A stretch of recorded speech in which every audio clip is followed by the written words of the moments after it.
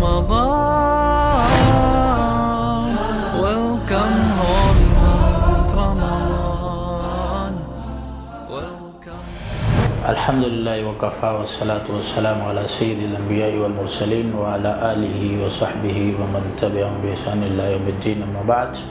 ناظرین، آج انشاءاللہ ہم قدر اور تقدیر کے حوالے سے بات کریں گے۔ آخری عشرہ ہے، لیلۃ القدر کی تلاش ہر مسلمان کی طرف سے جاری ہے۔ اللہ تعالیٰ نے قرآن مجید میں فرمایا انا انزلناہ فی لیلۃ القدر، ہم نے قرآن مجید کو لیلۃ القدر میں نازل کیا ہے۔ قدر کے عربی زبان کے حساب سے 3 معنی ہیں۔ ایک مطلب قدر سے قدر و منزلت، شرف اور عظمت ہے۔ اس میں کوئی شک نہیں ہے کہ لیلۃ القدر شرف والی، عظمت والی اور بہت بڑی فضیلت والی رات ہے۔ قدر کا دوسرا مطلب تقدیر ہے کہ اس رات کو اللہ تبارک و تعالی تمام مخلوقات کی جو تقدیر ہوتی ہے اور اس سال میں جو معاملات ہونے ہوتے ہیں اس کی لسٹیں فرشتوں کے حوالے کرتے ہیں۔ قدر سے مراد تنگی بھی ہے، جیسا کہ اللہ تبارک و تعالی نے قرآن مجید میں فرمایا کہ ان ربک یبسط الرزق لمن یشاء ویقدر، کہ آپ کا رب جس کا چاہتا ہے رزق کشادہ کر دیتا ہے اور جس کا چاہتا ہے تنگ کر دیتا ہے۔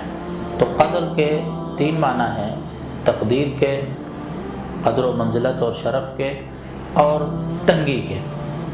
لیلۃ القدر میں یہ تینوں معنی پائے جاتے ہیں۔ قدر و منزلت تو معروف ہے کہ اس میں قرآن نازل ہوا، فرشتوں کا نزول ہوتا ہے، اللہ تبارک و تعالیٰ کی رحمتوں کا نزول ہوتا ہے، رمضان کا مہینہ ہے۔ تنگی کا مطلب یہ ہے کہ فرشتوں کا اتنا کثرت سے نزول ہوتا ہے کہ یہ زمین جو ہے تنگ پڑ جاتی ہے ان کے کثرت کے نزول کی وجہ سے۔ تیسری جو وجہ ہے وہ تقدیر ہے۔ تقدیر دراصل اس کی 3 قسمیں ہیں، 3 مراحل ہیں۔ پہلی قسم اصلی اور ازلی تقدیر ہے۔ یہ وہ تقدیر ہے کہ جو اللہ تعالیٰ نے زمین اور آسمان بننے سے 50,000 سال پہلے لکھ دی تھی۔ رسول اللہ صلی اللہ علیہ وسلم فرماتے ہیں کہ اللہ تعالیٰ نے زمین و آسمان بنانے سے 50,000 سال پہلے تمام مخلوقات کی تقدیریں، تمام کائنات میں بسنے والوں کی تقدیریں لکھ کر کتاب میں اپنے پاس محفوظ کر لیں۔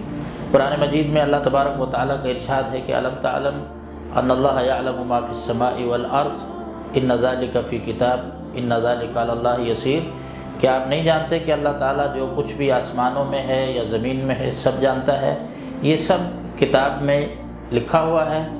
ان ذلک علی اللہ یسیر، یہ اللہ تبارک و تعالیٰ پر بہت آسان ہے۔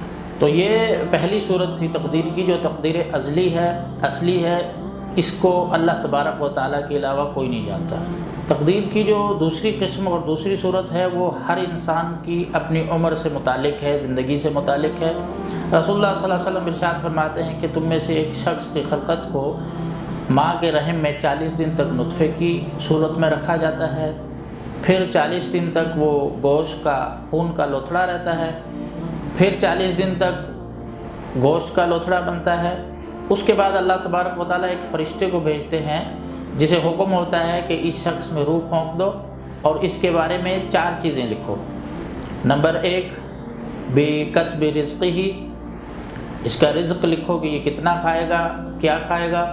وہ اجلہ، اس کی زندگی کا ٹائم لکھو کہ کتنا عرصہ یہاں گزارے گا۔ وہ عملہ، اس دورانیے میں وہ عمل کیا کرے گا۔ وہ شقی او سعید، اور اس کا انجام کیا ہوگا، خوشبخت ہوگا یا بدبخت ہوگا۔ تو یہ تقدیر جو ہے ہر انسان کی اپنی زندگی سے متعلق ہے۔ اللہ تبارک و تعالیٰ فرشتے کو حکم دے کر جب بھی انسان پیدا ہوتا ہے ماں کے رحم میں یہ چیزیں طے کرتی جاتی ہیں اور فرشتے کو ذمہ داری دے دی جاتی ہے۔ تقدیر کی تیسری جو صورت ہے وہ تقدیر سنوی ہے، یعنی سالانہ تقدیر۔ اس کا ذکر قرآن مجید میں سورہ دخان میں آیا ہے کہ انا انزلناہ فی لیلۃ مبارکۃ انا کنا منزلین، کہ ہم نے اس قرآن کو مبارک رات میں نازل کیا ہے۔ انا کنا منذرین، ہم ڈرانے والے ہیں۔ پھر فرمایا فیہا یفرق کل امر حکیم، اس رات کو ہر مضبوط فیصلے کیے جاتے ہیں۔ مطلب یہ ہے کہ لوح محفوظ میں اللہ تعالیٰ نے جو کائنات کی مخلوقات کے بارے میں لکھا ہوتا ہے، اور اس سال میں جو اللہ تعالیٰ نے فیصلے نافذ کرنے ہوتے ہیں ان کی لسٹیں جو ہے فرشتوں کو حوالے کی جاتی ہیں. انہیں بتایا جاتا ہے رزق دینے والے کو، فرشتے کو، کہ تم نے اس سال اتنا رزق دینا ہے. ہوائیں چلانے والے فرشتے کو حکم دیا جاتا ہے کہ تم نے اتنی ہوائیں چلانی ہیں. پھر وفات کے حوالے سے جو فرشتہ مقرر ہے ملک الموت، اس کے حوالے لسٹیں کی جاتی ہیں کہ اتنے لوگوں کے روح قبض کرنے ہیں. یہ سالانہ تقدیر ہوتی ہے. تو یہ تقدیر کی 3 اقسام اور 3 مراحل ہیں. ہم لیلۃ القدر کو تلاش کر رہے ہیں. ہم کوشش کریں کہ اس رات کو تلاش کریں، تنہائی میں اللہ تبارک و تعالیٰ کے سامنے عاجزی انکساری کے ساتھ دعائیں کریں. اور اگر ہم چاہتے ہیں کہ ہمارا اگلا سال بہتر ہو، اللہ تبارک و تعالیٰ سے دعائیں کریں کہ اللہ تبارک و تعالیٰ ہمیں ہمارے گھروں میں، ہمارے ملک میں، ہمارے معاشرے میں، ہمارے کاروبار میں، ہماری معیشت اور معاشرت میں اللہ تبارک و تعالیٰ سے ہم برکت کا سوال کریں اس رات میں. اور اس رات کو ہم وصول کرنے کی کوشش کریں تاکہ اس رات کو کثرت سے ہم دعائیں کریں، اور اس دعاؤں کی برکت سے اللہ تبارک و تعالیٰ کی توفیق سے ہم جو ہے اگلے سال کو اللہ سے دعا کر کے بہتر سے بہتر بنوائیں، تاکہ ہمارے ملک میں بہتری آئے، گھروں میں بہتری آئے، جان و مال میں بہتری آئے، اور ہمارے اعمال میں بہتری آئے، اور اگلے سال ہمارے اعمال میں نیکیاں ہی نیکیاں لکھی ہوں، نہ کہ برائیاں. اللہ تبارک و تعالیٰ اس رات کو ہمیں حاصل کرنے اور اس کی عبادت کرنے اور اللہ تعالیٰ سے اپنی ضروریات مانگنے اور انہیں پورا کروانے کی توفیق عطا فرمائے. انہ ولی التوفیق. سبحان ربک رب العزت عما یصفون وسلام علی المرسلین والحمد للہ. رمضان